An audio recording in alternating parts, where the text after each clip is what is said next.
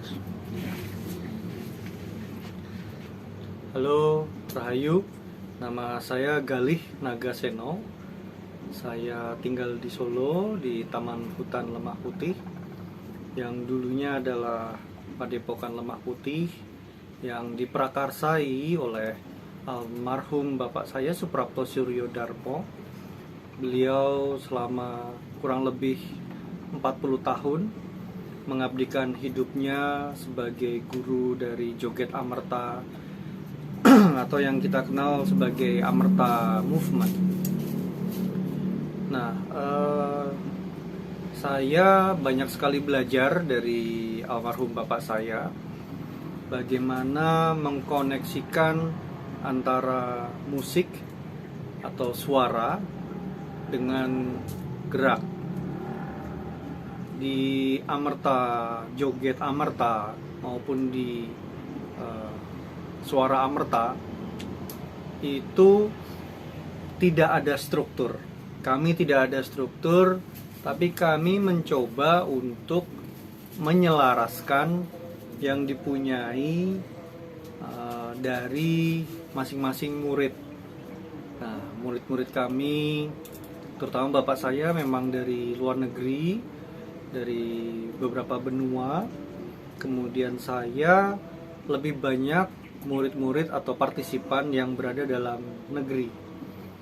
Biasanya murid saya datang dari kota Jakarta, ada yang dari Bali, ada yang dari kota-kota besar di Jawa dan Sumatera dan juga Bali. Nah, awalnya berkecimpung di dunia musik. Latar belakang saya adalah etnomusikologi.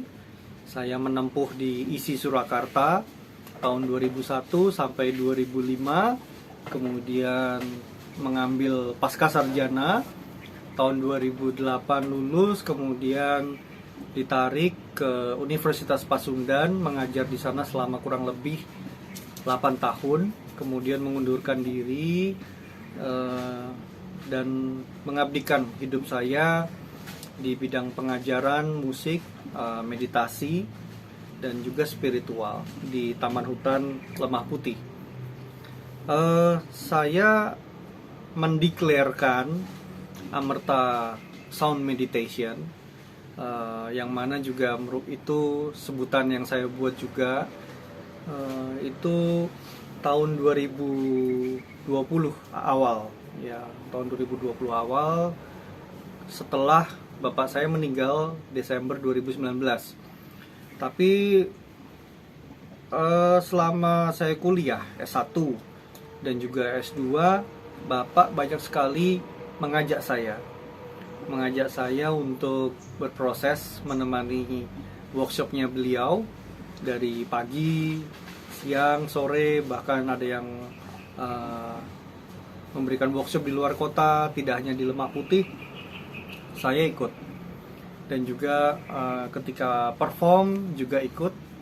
Jadi tidak hanya pencarian dalam diri saya sendiri, tapi juga bagaimana musik yang saya buat itu diharapkan mampu untuk berkomunikasi antara gerak dari Joget Amerta dan juga suara.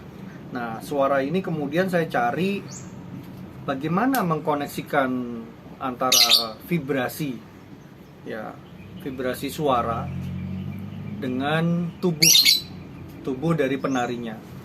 Di tahun-tahun 2002 sampai 2015 saya mulai intens mencari bagaimana keterkaitan kita dengan manusia itu sendiri.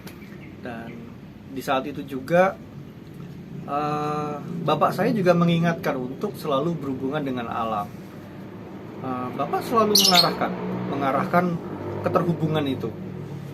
Jadi kalau di zaman dahulu mungkin tidak jadi satu, ya. Dalam arti kata, maksud saya itu tidak seperti sekarang. Sudah di label, oh ini musik, oh ini tari, Kalau dulu kan sudah menjadi dalam satu pertunjukan dalam sebuah upacara, entah upacara atau ritual yang kita alami di Indonesia. Nah, ketika bapak saya mengatakan coba manembah semeleh cedak karo alam, dekat dengan alam. Waktu itu memang tipikalnya bapak saya itu selalu memberikan simbol-simbol dengan bahasanya sendiri, semiotika apa gitu, simbol ya. Waktu itu juga saya masih belum menangkap, tapi selalu terngiang-ngiang di dalam pikiran saya, mencari ini artinya apa ya, kenapa beliau selalu memberikan tuntunan dengan 1-2 patah kata atau kalimat ya, yang sangat pendek. Itu saya cari terus, oh ternyata harus dekat dengan alam itu karena berdasarkan pengalaman saya, dekat dengan alam, berselaras dengan alam, termasuk di candi, di gunung, di laut, di pantai. Itu ternyata tubuh kita itu mempunyai 5 elemen. 5 elemen itu adalah air, api, tanah, udara, dan ruang semesta. Itu ternyata juga berhubungan dengan sedulur papat limo pancer kita. Sedulur papat limo pancer kita ya kakang kawah adi hari-hari. Kita lahir di alam ini, kemudian bagaimana menyelaraskannya, saya mencari-cari itu. Oh ternyata saya harus mempergunakan misalnya sarana yang saya pakai tidak hanya suara tapi juga vibrasi. Nah, saya mencoba untuk mengerti dulu arti dari amerta itu apa. Amerta itu adalah esensi dari kehidupan. Kalau mungkin kita bahasakan dalam dunia sekarang di tari, esensi dari tari adalah gerak. Esensi dari musik adalah suara.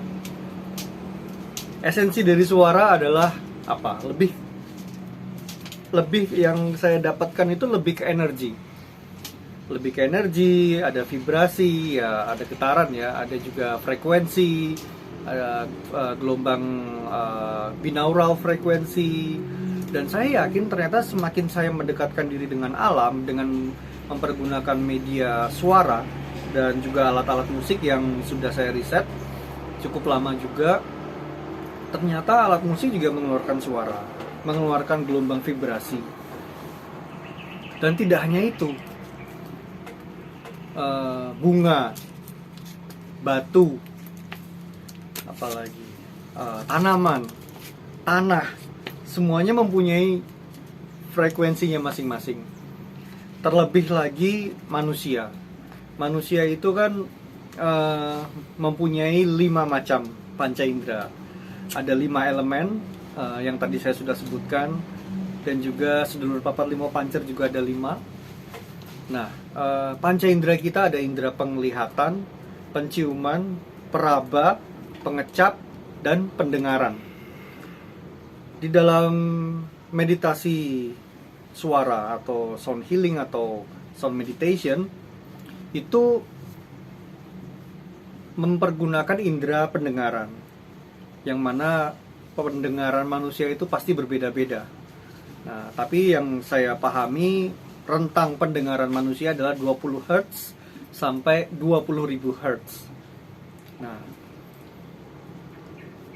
Nah, pendengaran itu nampaknya walaupun sensa kita ada 5, tetapi ketika saya mendengarkan musik dengan frekuensi tertentu, itu mampu untuk menyentuh ranah rasa.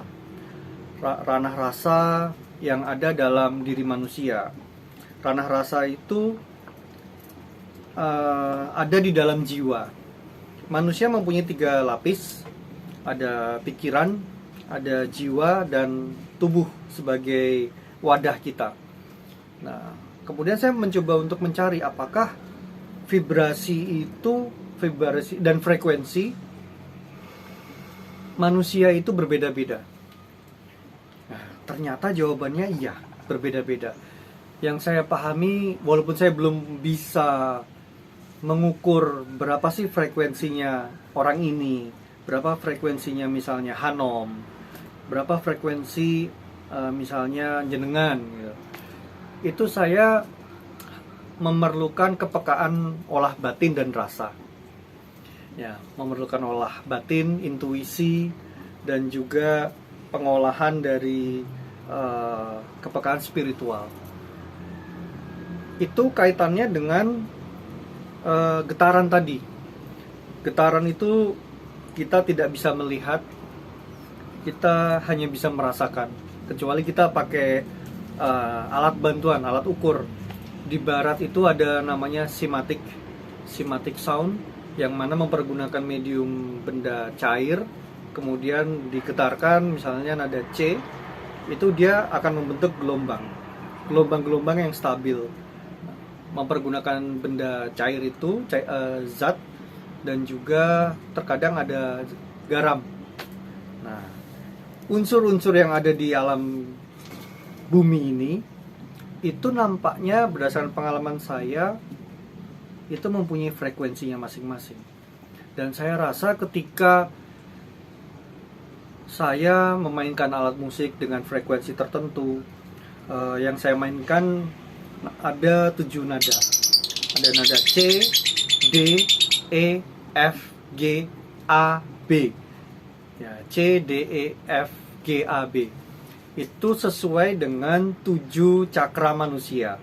Cakra mayor atau cakra utama. Total cakra manusia adalah 114 cakra. Tapi yang saya rasakan dan saya pahami ketika ada klien, itu lebih kuat ke 7 dan lebih gampang penerapannya. Nah, kenapa cakra? Karena cakra adalah sumber pusat energi dari manusia.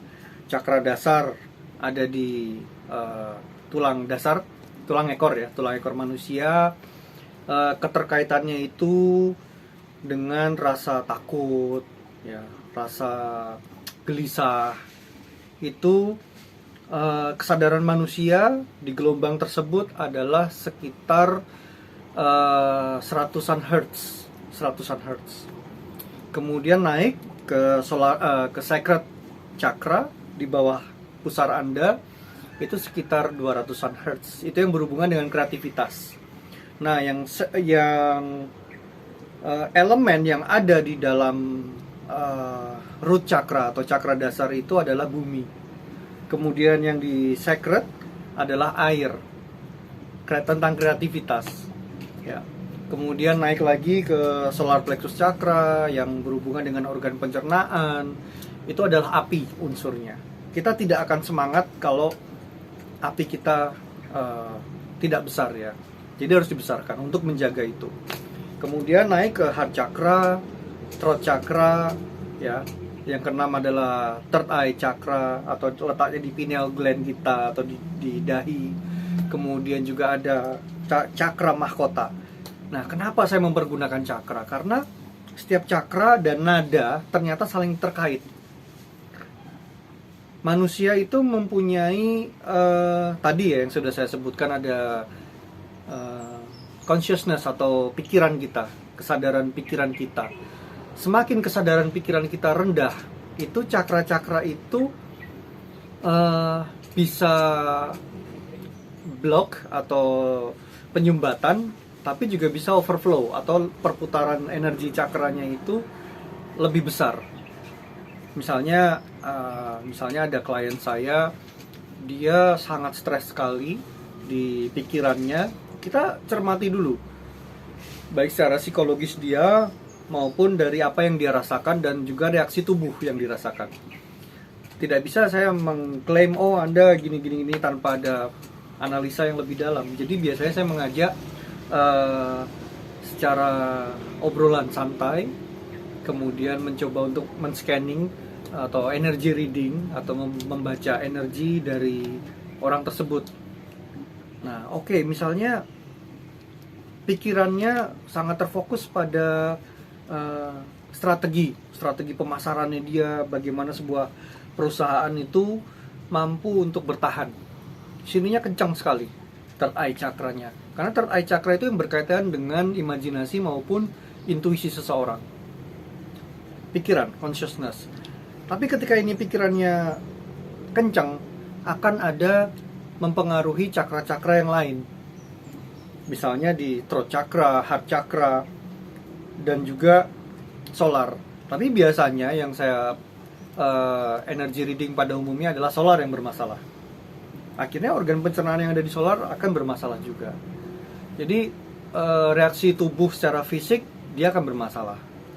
Mulai organnya misalnya gagal ginjal, atau lambung, asam lambung, atau banyak sekali. Misalnya ada juga yang trauma batin. Trauma batin itu bukan dari fisik yang kita rasakan, tapi dari rasa. Tubuh hanyalah sebuah wadah. Nah, trauma batin letaknya di heart chakra. Dia ada ketakutan akan masa depan, akan masa lalu. Nah, itu berkaitan dengan root chakra. Yang tadi saya bilang di awal bahwa root chakra itu berkaitan dengan rasa takut, kecemasan, kegelisahan.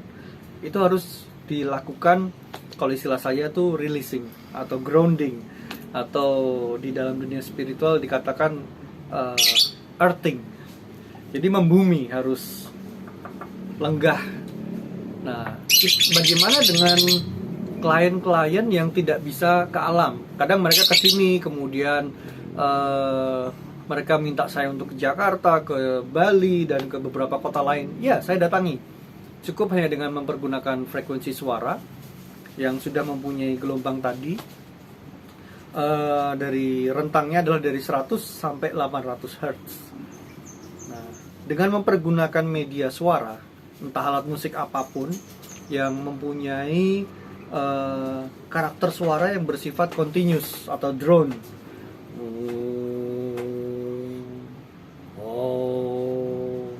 seperti itu, tapi kita akan mentuning. Nah, bahasa saya mentuning ya, tapi sebetulnya di dalam istilah healing spiritual, dia bilangnya bukan tuning, tapi penyelarasan atau harmonize the chakra to make a balance antara cakra atas dan cakra bawahnya. Dari 7 cakra itu, pusat cakra adalah di heart chakra, karena dia adalah jembatan dari 3 cakra atas dan 3 cakra bawah. Nah, biasanya saya selalu mencoba untuk mengerti orang ini penuh belas asih atau tidak, penuh cinta kasih atau tidak. Nah, itu yang biasanya saya scanning dulu. Baru kemudian 3 cakra atas dan 3 cakra bawah. Scanningnya pakai apa? Memakai kepekaan rasa tadi. Nah, kenapa bapak saya waktu itu minta saya untuk selaras dengan alam? Ada pepatah Bali, Trihina Karana. Trihina Karana itu bagaimana seorang manusia mempunyai keterhubungan antara manusia dengan manusia, manusia dengan alam, dan manusia dengan Tuhan atau semesta. Itu saya cari terus, sampai sekarang masih saya cari untuk meningkatkan vibrasi saya. Ya, kalau di kesadaran spiritual, manusia pada umumnya hanya sampai 800 Hz.